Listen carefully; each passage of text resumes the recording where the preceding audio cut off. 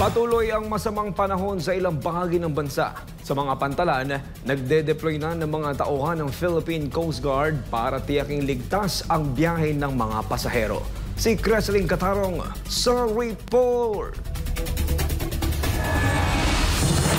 Mas pinaigting ng Philippine Coast Guard ang pagbabantay sa 6 na pangunahing pantalan dahil sa masamang lagay ng panahon. Kabilang sa mga ito ang Port of Lazi sa Siquijor, San Andres Port sa Southern Quezon, San Jose Port sa Occidental Mindoro, Balanacan Port sa Mugpog, Marinduque, at Cavite Gateway sa Tanza, Cavite. Ayon kay PCG spokesperson Captain Noemi Cayabyab, may ilang naitalang stranded na pasahero at cargo vessels, ngunit mas maliit na bilang na ito kumpara sa mga nakaraang araw.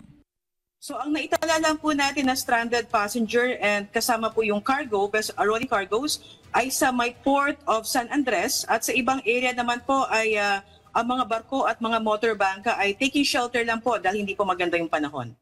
Operational na rin muli ang Basaco Port sa Camarines Sur at Port of Padre Burgos sa Leyte matapos ang pansamantalang tigil operasyon. Dahil sa pagbaha sa ilang bahagi ng Metro Manila, agad na nag-deploy ng 19 na response teams ang PCG mula sa kanilang Deployable Response Group.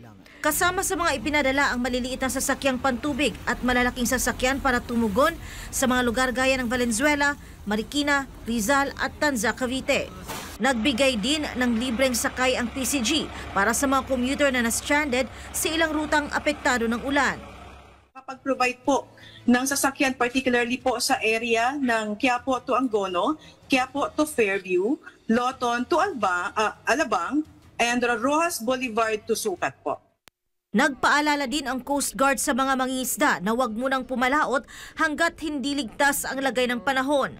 Pinayuhan din ang mga ito na magsuot ng life jacket at sundan ang mga abiso ng pag-asa. Hinimok din ni Captain Cayabyab ang publiko na huwag mag-atubiling humingi ng tulong kung kinakailangan. Bukas anya ang kanilang 24/7 hotline numbers na naka-flash sa inyong mga screen.